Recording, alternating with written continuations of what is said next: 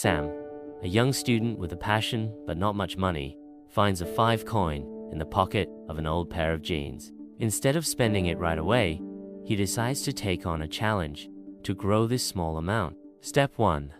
Sam buys a pack of water bottles and sells them at the park on a hot day. The result? He triples his money, turning 5 into 15. Step 2. With 15, he invests in materials to make handmade bracelets. Inspired by YouTube tutorials, he sells his creations to friends and online, earning 50. Step 3. Encouraged by his success, he buys a small second-hand 3D printer. Using it, he starts producing and selling custom items like keychains and geeky accessories through a simple website he builds for free. Within a few months, his business takes off.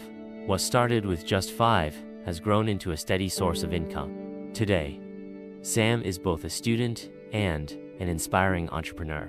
Lesson to learn: no matter where you start, with a good idea, creativity, and determination, you can turn a small opportunity into great success.